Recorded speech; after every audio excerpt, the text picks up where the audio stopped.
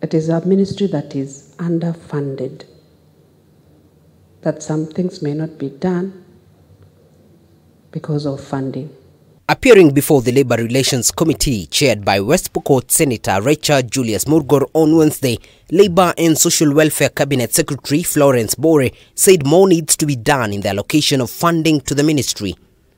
A section of senators joining in her sentiment said there needs to be more allocation for the construction of safe houses and even development of a migrant tracking system.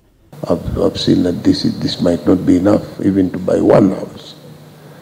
You may need close to over 500 million.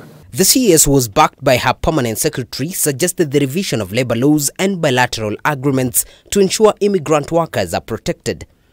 The senators, however, insisted that there are enough laws that are short of implementation, hence an overhaul in the approach could bear fruit.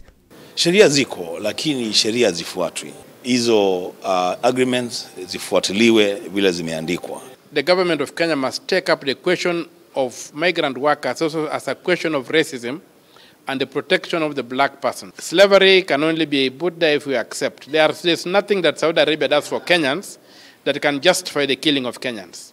Busia County Senator Okiya Omtata is also suggesting the involvement of non-state actors in pursuing perpetrators across border to ease the load on the government while ensuring victims of human trafficking, inhumane treatment, and those whose rights are violated are served justice. They follow up and they can even attach the assets of the perpetrators of the violence, and they pay themselves from those assets. All they need is the cooperation of the government from which people come from. The CS, who is just 2 weeks in office, has promised to engage ambassadors and leadership of the Gulf in order to reach an amicable solution. David Kagina, K24, Nairobi.